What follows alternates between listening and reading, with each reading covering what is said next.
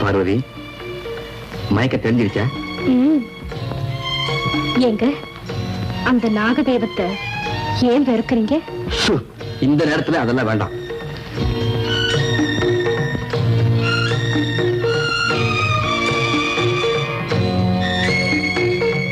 பார்வதி, என் வாழ்வும் முழுமையாக போற இந்த திருநாள்ல வளர்குறை நிலவும் வசந்த தென்றலும் வண்ண மலர்களின் வாசனையும் எங்கு வீணா போயிடுமோன்னு கவலைப்பட்டேன்.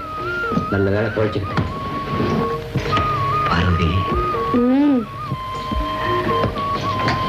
என்ன உனக்கு பிடிச்சிருக்கா? நீங்க தான் என்ன பிடிச்சிருக்கீங்க.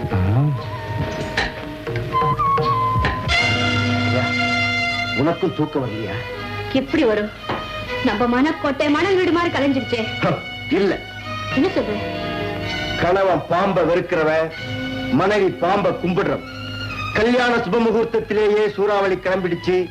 அந்த சூறாவளியை புயலா மாத்தி பார்வதிங்கிற மரத்தை வேரோட சாய்க்கும். ஊதுவத்தியில பிடிச்ச நெருப்ப விறகுக்கட்டையில ஏற்றி கொழுந்து விட்டு எரிய செய்து அவங்க குடும்ப வாழ்க்கை அழிக்கணும். அதுல நம்ம வாழ்க்கை தெளிக்கணும். அதாவது பிரச்சனைக்குரிய அந்த பாம்பை வச்சே அவங்கள பிரிக்கணும். ஆஹா, அது வரைக்கும் என் கண்ணுக்கு தூக்கம் கிடையாது, என் நெஞ்சுக்கு நிம்மதி கிடையாது. Coffee coffee.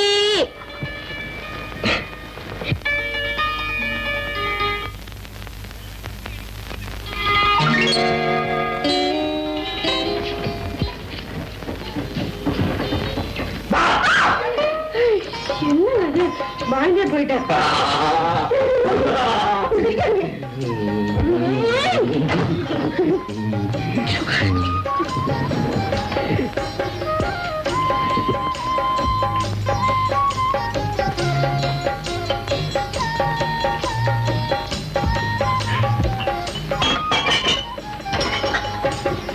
காஃபி சாப்பிடு.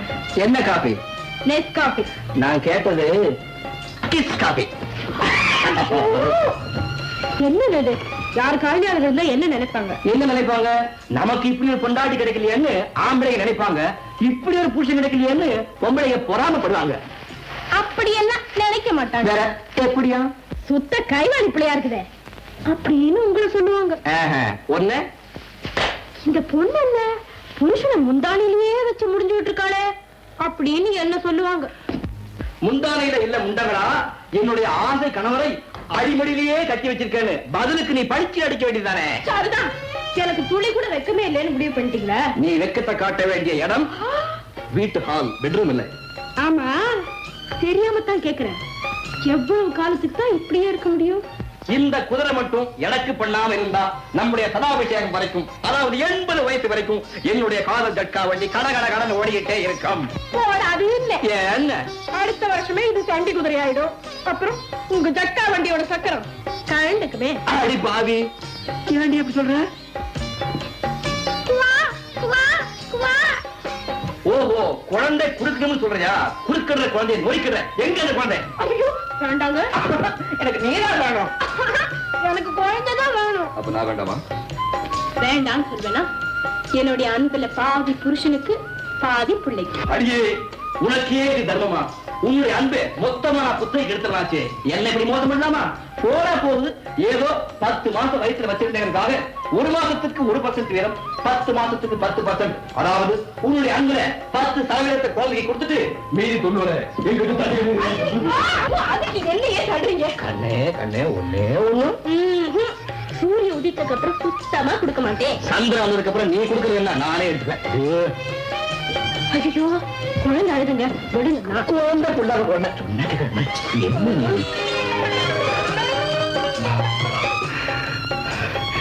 சந்தோஷமா இருக்காங்க.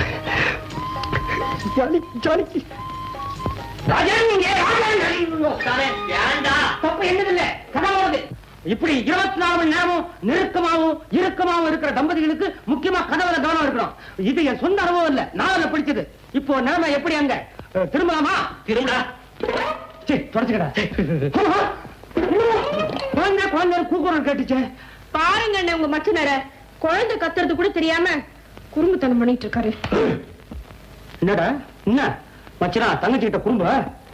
முட்டாள், மச்சன தங்கச்சிட்ட பண்ற குறும்ப இந்த அறிவு கிட்ட அண்ணங்கார கேக்குறது நாகரிகமாடா? எப்படி கேட்கலாம் ஏன் கேட்டான்? Excuse me. மச்சனா நீ சொல்றா, ஒரு மனைவிக்கு புருஷன் பெருசா இல்ல குழந்தை பெருசா? ரெண்டையுமே கையில கொடுத்து எது பெருசுன்னு கேட்டா சொல்லலாம். இது ஒரு சிக்கலான கேள்வி. சிக்கலை எடுக்கிறேன். ஒரு பெண்ணுக்கு புருஷன் தான் பெருசுனா தாய்மை அடிபட்டு போகும். குழந்தை தான் பெருசு அப்படின்னு சொன்னா மனைவிங்கிற சிறப்பு செத்து போகும். இது ஒரு நுட்பமான பிரச்சனை. மச்சனா தங்கச்சி தண்ணிகள் எல்லாம் தாயாவும் மாசில்லா மனைவியாவே இருக்கட்டும். ஆளை விடு. ஆமா, திரும்ப குழந்தை சத்தம் எடுத்துன்னு சொன்ன மச்சனா, நேற்று தானே கல்யாணம் ஆச்சு, அதுக்குள்ள எப்படி தீவிர சாகுபடியா? பிறக்க போற குழந்தைய வச்சு ஒரு கற்பனை தகராறு. ஓஹோ, அடுத்த வருஷம் அரங்கேற போற குழந்தை நாடகத்துக்கு இப்பயே ஒத்திக்கியா?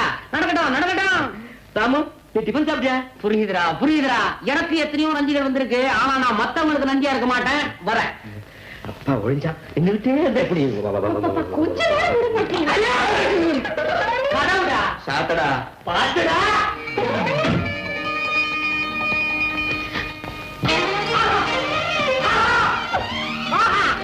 என்ன ராத்திரி பூரா என்ன ஆச்சு ஏதாச்சுன்னு தொடச்சது பார்த்தாடா என்ன ஆகும்? புருஷன் பொண்டாட்டி சண்டை விலை கரைச்சா போச்சு. விடிய காதலிச்சு பார்த்தாதுன்னு இன்னும் ஓயல ரூமுக்குள்ள ஒரே கூத்து பூமாரம் தான். அப்படியா? நீ பார்க்க முடியாதே, கதவை சாட்டிட்டேன்.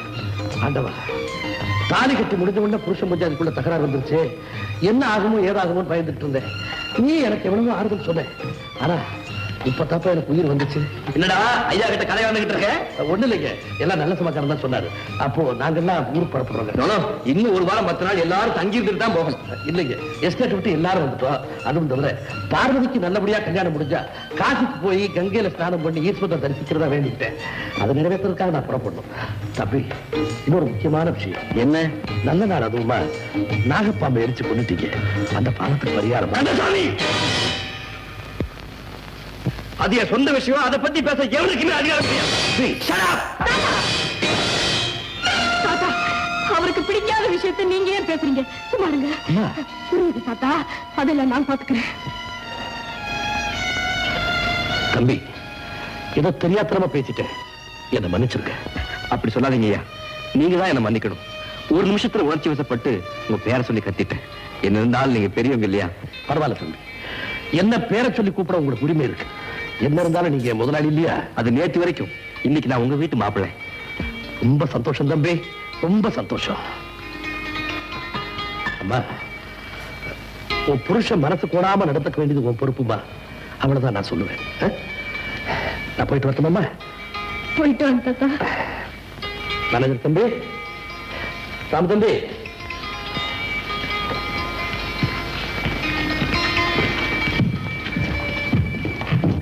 தாத்தா சொல்லவே நானும் சொல்றேன். உன் புருஷன் அந்த பாம்பை கொண்டுட்டதுனால குடும்பத்துக்கு ஏதாவது கெடுதல் வரும். அதனால அதுக்கு ஏதாவது சாந்தி பரிகாரம் பண்ணா நல்லதுன்னு நினைக்கிறேன். கவலைப்படாதீங்கண்ணா, என் தெய்வம் உயிரோடு தான் இருக்கு. அப்படியா? உயிரோடு இருக்கா? ஆமாண்ணா, ராத்திரி படுக்கறைக்கு வந்து அவருக்கு தெரியாம என்ன பார்த்துட்டு போச்சு. உண்மையாவா? சத்தியமா. என்ன ஆச்சரியம்! பிள்ளைங்க பெத்தவங்களையே புறக்கணிக்கிற இந்த விஞ்ஞான காலத்துல ஒரு பாம்புக்கு இவ்வளவு அறிவா, இவ்வளவு அன்பா? தங்கச்சி, நிச்சயமா அது தெய்வம் தாமா, நான் நம்புறேன். ரொம்ப இன்ட்ரெஸ்டிங்கான கேம். இன்னைக்கு சீக்கிரமா முடிஞ்சு போச்சுல? ஆமா சார், இன்னைக்கு உங்க ஆட்டம் ரொம்ப பிரமாதம். Thank you. ஹே பார்வதி, கூண்டுக்கா கொண்டா. உங்களுக்காக கொண்டு வந்துட்டேன். அது கூட நீங்களே வந்துட்டீங்க. ஜெயா, நீங்களும் சாப்பிட்டு போலாமே? பரவாயில்லைங்க. Come on, have it. உட்கார்ந்து சாப்பிடுங்க. Thank you.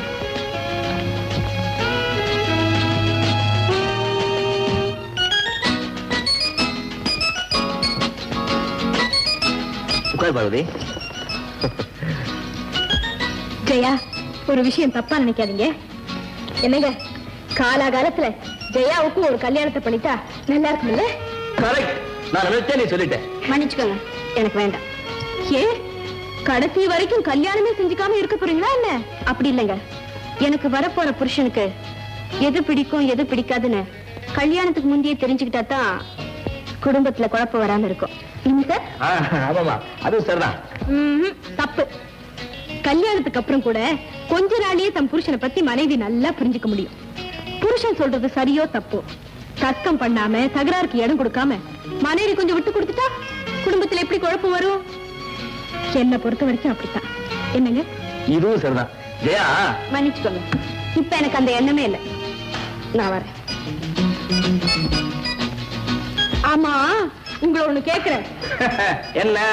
இந்த ஆட்டத்தை ராமு ஆட மாட்டாரா? உங்க செக்ரட்டரி தான் ஆடணுமா? சந்தேகமா? இதான் உலக பொது வியாதியாச்சே, உன்னை மட்டும் விட்டுடுமா என்ன? ஐயோ, தப்புதான் சாமி, என்ன மன்னிச்சிருங்க. வைத்தியா தபாஷ் பரத்னா. கணவனுக்கு பிடிக்கலங்கிற போது மனைவி விட்டு கொடுத்துட்டா குடும்பத்துல குழப்பம் எப்படி வரும்? நான் சொல்றேன், வர வைக்கிறேன்.